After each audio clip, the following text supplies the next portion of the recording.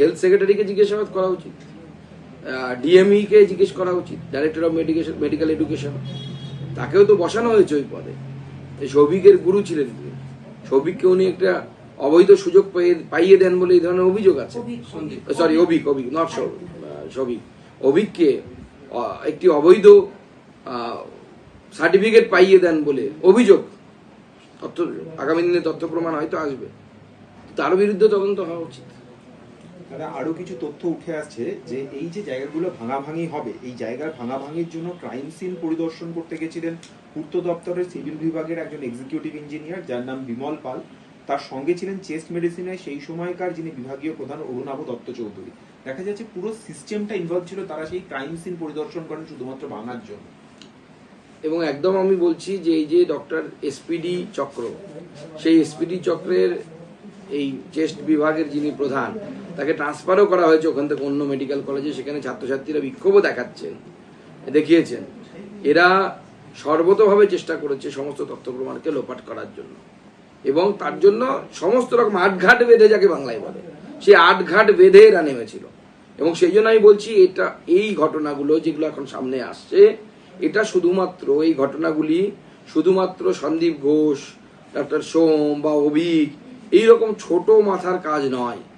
এদের মাথা আরো বড় মাথা আছে, এবং এখানে আইনের অর্থাৎ পুলিশ প্রশাসনের সাথে যুক্ত ব্যক্তিদেরও ইনভলভমেন্ট আছে। নচেত এইভাবে তথ্য প্রমাণ লোপাট করার চেষ্টা কিন্তু সাধারণ মানুষের মাথায় আসবে না, ডাক্তারবাবুদের মাথায় তো পরে আসা উচিত অনেক। সার্বিকভাবে তৃণমূলের তরফ থেকে বারবার করে এই প্রশ্নটা তোলা হচ্ছে, একাধিক তৃণমূলের নেতারা এই প্রশ্নটা তুলছেন যে সিবিআই তদন্তভার নিয়েছে অনেকদিন, কিন্তু সিবিআই তদন্তের অগ্রগতি কত দূর, এবং এই দুর্নীতির দায়ে যে গ্রেপ্তার করা হলো সন্দীপ ঘোষকে, এটা করে আসলে নজর ঘুরিয়ে দেওয়ার চেষ্টা করা হচ্ছে মূল তদন্ত থেকে। দেখুন, দুটো তদন্ত চলছে, একটা সিবিআই করছে হচ্ছে দুর্নীতির তদন্ত, আর একটি হচ্ছে খুন এবং ধর্ষণের তদন্ত। সিবিআই হোক, এফবিআই হোক বা মঙ্গল গ্রহ থেকেও যদি আপনি কোনো তদন্তকারী সংস্থা নিয়ে আসেন, যদি থাকে সেখানে, সে তথ্য প্রমাণ ছাড়া কাউকে কিছু করতে পারে না। তা আপনি তথ্য প্রমাণ লোপাটের জন্য সমস্ত ব্যবস্থা করে ফেলেছেন। তৃণমূলের নেতারা কোন মুখে এই কথা বলে? নির্লজ্জ বলে এই কথা বলছে। একের পর এক যেখানে প্রমাণ উঠে আসছে যে তথ্য প্রমাণ লোপাট করা হয়েছে, তো তথ্য প্রমাণ ছাড়া তদন্ত কিভাবে হবে? আকাশে উড়ে উড়ে তদন্ত হবে নাকি? মমতা বন্দ্যোপাধ্যায়ের পুলিশ তথ্য প্রমাণ ছাড়াই যাকে ইচ্ছে জেলে ঢোকা, যাকে ইচ্ছে গাঁজা কেস দেয়, তারপরে কোর্টের কাছে গিয়ে লাথি খেয়ে ফিরে আসে। আমাদের সিবিআই তো এরকম করবে না। সিবিআই তথ্য প্রমাণের উপর তদন্ত করবে। পরিষ্কার বোঝা যাচ্ছে যে পুরো বিষয়টাকে ধামাচাপা দেওয়ার জন্য সব রকম ভাবে চেষ্টা হয়েছিল। তৃণমূল কংগ্রেসের তরফ থেকে পুলিশকে ব্যবহার করা হয়। মুখ্যমন্ত্রীও 10 লাখ টাকা দেওয়ার কথা মঞ্চ থেকে ঘোষণা করেছিলেন, পরিবার সেটা ফিরিয়ে দেয়। পরিবার আগেও যখন আমি ভিজিট করেছিলাম তখন আমাকে জানিয়েছিল যে তাদেরকে টাকা অফার দেওয়া হয়েছে। অতএব পরিবার যে সত্যি কথা বলছে, কারণ তারা মিডিয়ার সামনে এবং মিডিয়ার বাইরে অফ মিডিয়া যে কথাগুলো বলেছে সবগুলো কিন্তু একই রকম কথা বলছেন, বারবার অন্যরকম চেঞ্জ হচ্ছে না, পরিবর্তন হচ্ছে না। উল্টো দিকে সরকার এবং পুলিশের ভার্সন কিন্তু পরিবর্তনশীল, এক এক জায়গায় এক এক কথা বলছে। নর্মাল সাইকোলজি বলে, যে নর্মাল মনস্তত্ত্ব বলে যে মানুষ যখন মিথ্যে কথা বলে তখন সেটাকে বারবার চেঞ্জ করতে হয়। একটি মিথ্যেকে ঢাকার জন্য অনেকগুলো মিথ্যে কথা বলতে হয়। সেটাই হচ্ছে বলে আমার মনে হচ্ছে।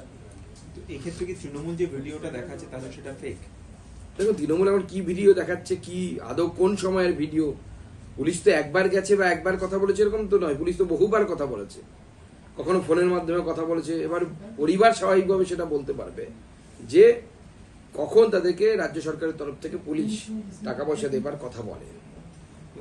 কলকাতা হাইকোর্ট আজকে আপনাদের ধর্নার দিন আবারও এক্সটেন্ড করেছে, 6 তারিখ থেকে 16 তারিখ পর্যন্ত সময় বাড়ানো হয়েছে।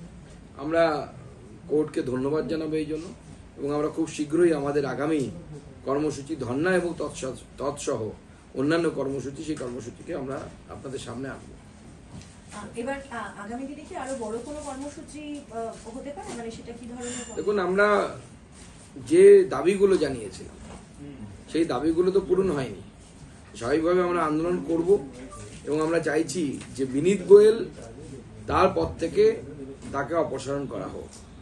কারণ বিনীত গোয়েলের যে অ্যাটিটিউড, অর্থাৎ এই ঘটনাকে সামলানোর জন্য বিনীত গোয়েলের যে ধরনের মানসিকতা আমরা দেখেছি, সেই মানসিকতা সঠিক নয় বলে মনে হয়, এবং তার সিপি হওয়ার মতো কোনো যোগ্যতা নেই।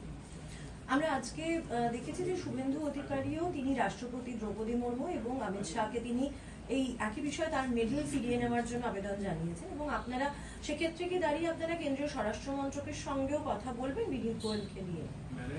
দেখুন, বিনীত গোয়েল একসময় পুরস্কার পেয়েছিলেন কারণ এই রাজ্য যে রিপোর্টগুলো পাঠায় তার উপরে কেন্দ্র সরকার ঠিক করে যে কোন পুলিশ অফিসার পাবে কি পাবে না। এবার সেটা নির্ভর করে হচ্ছে সেই যে ডেটা বা তথ্য, সেই তথ্য কিন্তু রাজ্য সরকারের দেয়া তথ্যের উপর নির্ভর করতে হয়। তো স্বাভাবিকভাবে রাজ্য সরকার যে তথ্য দিয়েছে তার উপর ভিত্তি করে উনি মেডেল পেয়েছেন। এবার এইভাবে মেডেল ফিরিয়ে নেওয়ার কোনো ব্যবস্থা আছে কিনা আমার জানা নেই, যদি থাকে তাহলে কিন্তু সরকার ভাবতে পারে। ব্রাত্য বসু আজকে বলেছেন যে 23 দিন অতিক্রান্ত হয়ে গিয়েছে, 555 ঘন্টা তারা ক্যালকুলেট করে দেখেছেন, কিন্তু সিবিআই এর তদন্ত কতদূর এগিয়ে গেল, সিবিআই তদন্তের কতটা অগ্রগতি হলো সে সম্পর্কে কিছুই জানা যাচ্ছে না। দেখুন, ব্রাত্যবাবুকে সিবিআই তদন্ত কতদূর এগিয়েছে সেটা না জেনে এটা জানার চেষ্টা করা উচিত যে সন্দীপ ঘোষ কেন 10 তারিখে ওই সেমিনার রুম রিনোভেশনের অর্ডার বের করেছিলেন, কার নির্দেশে বের করেছিলেন। ব্রাত্যবাবু খুব পণ্ডিত ব্যক্তি, সুন্দর সুন্দর নাটক রচনা করেন, এটা নিয়েও একটা নাটক রচনা করতে পারেন উনি, যে কার নির্দেশ এসেছিল সন্দীপ বাবুর কাছে, নীল সাদা শাড়ি পরে কেউ নির্দেশ দিয়েছিল কিনা।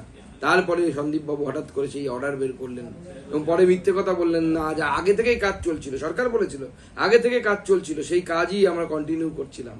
পরে দেখা গেল যে না, আজকে ঝুলি থেকে বিড়াল বেরিয়ে গেছে, সেই বিড়াল দেখা যাচ্ছে যে 10 তারিখে এই অর্ডার দেওয়া হয়েছে 10ই আগস্ট 2024 সালে যে রেনোভেট করা হোক।